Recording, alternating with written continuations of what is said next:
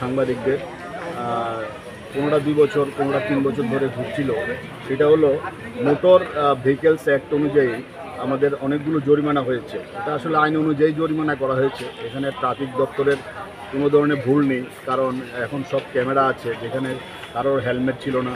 আর সাংবাদিকরাও খুব বিভিন্ন জায়গাতে যেতে হয়, যার কারণে সাংবাদিকরাও অনেক সময় দেখা গেছে যে ভায়োলেশন হয়ে গেছে, ভায়োলেশন হয়ে গেছে।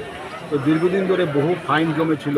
তো এই কারণে এটা অনেক দিন ধরে এটা মাননীয় মুখ্যমন্ত্রীর দৃষ্টি আকর্ষণ করা হয়েছিল। আমরা ব্যক্তিগতভাবে আমি রাজ্য পুলিশের ডিজিপি সাহেব অনুরাগের সাথেও কথা বলেছিলাম।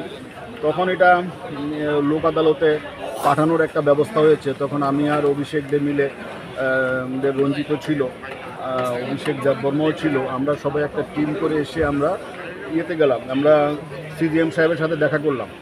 তখন উনি আমাদের খুব সহযোগিতা করেছেন। তখন উনি একটা অর্ডার দিয়েছেন, দিয়ে বলেছেন যে সবগুলো যাতে এই লোক আদালতে আনা হয়।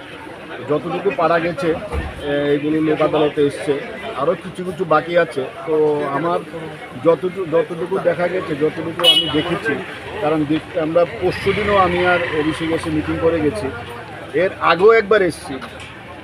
তো কিছুদিন ধরে এটাতে আমরা আসা যাওয়া করছি। আমার কাছে মনে হয় আজকে 80% সাংবাদিকদের যে জরিমানার সমস্যাটা, এটা সমাধান হয়ে যাবে।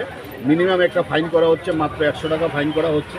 দেখা গেছে কারো প্রচুর পরিমাণে ফাইন ছিল, 100 টাকা করে ফাইন করা হচ্ছে। তারপরেও এটা প্রচুর অ্যামাউন্ট বিভিন্ন হাউস ওয়াইজ হচ্ছে। তো এটা সবাই ফাইন দিচ্ছে, অর্ডার অনুযায়ী সবাই ফাইন দিচ্ছে।